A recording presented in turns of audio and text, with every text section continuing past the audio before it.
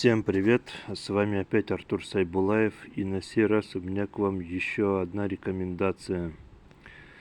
Недавно я нашел статью на блог-платформе Международной ассоциации видеоблогеров. Она так и называется maybeapp.com.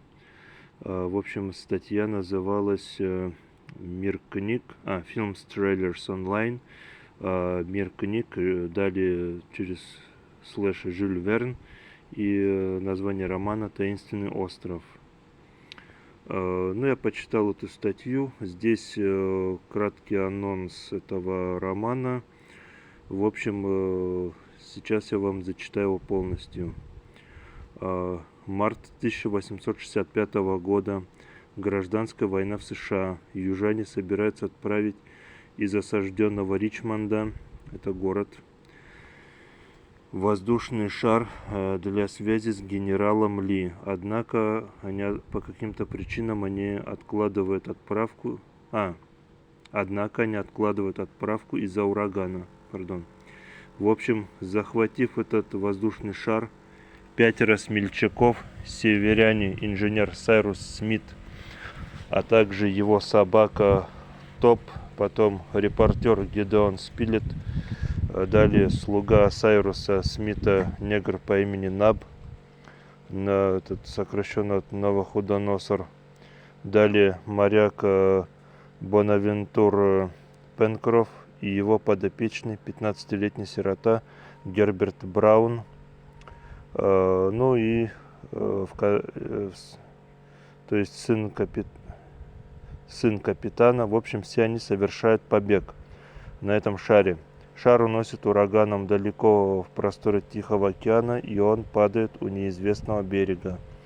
Найдя упавшего в море Смита, герои поднимаются на ближайшую гору и убеждаются, что попали на необитаемый остров. Согласно расчетам Смита, остров лежит в южном полушарии, очень далеко от ближайших населенных земель. Беглецы не падают духом, провозглашают себя колонистами острова и называют его в честь президента Линкольна.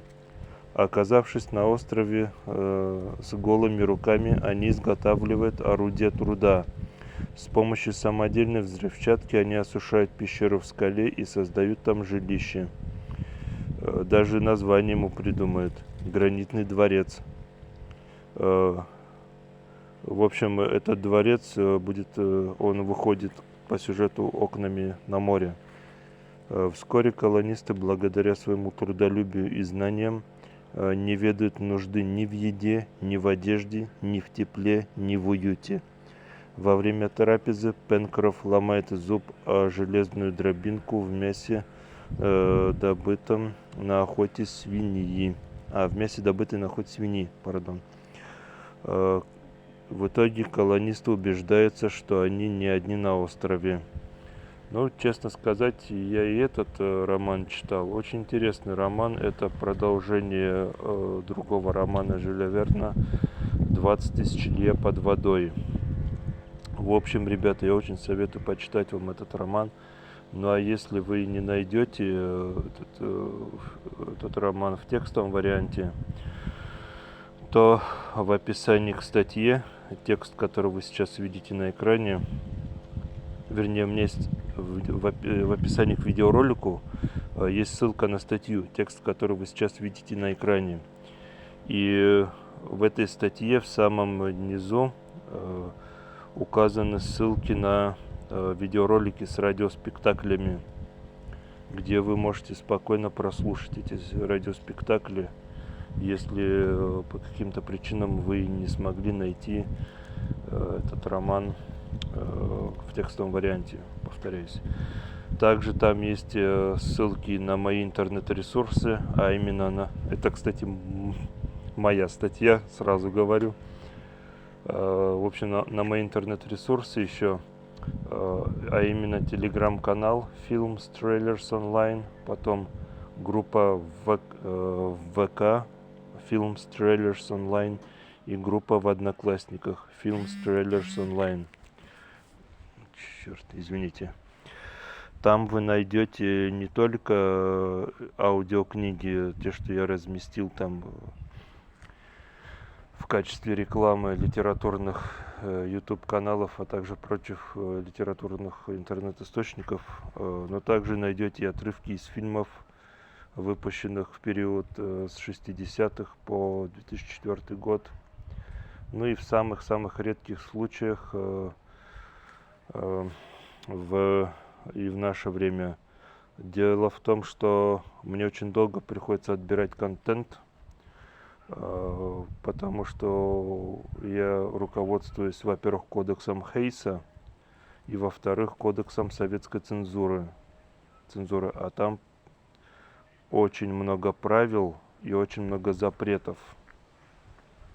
Вот. В общем, и также вы найдете для меломанов, там есть две рубрики.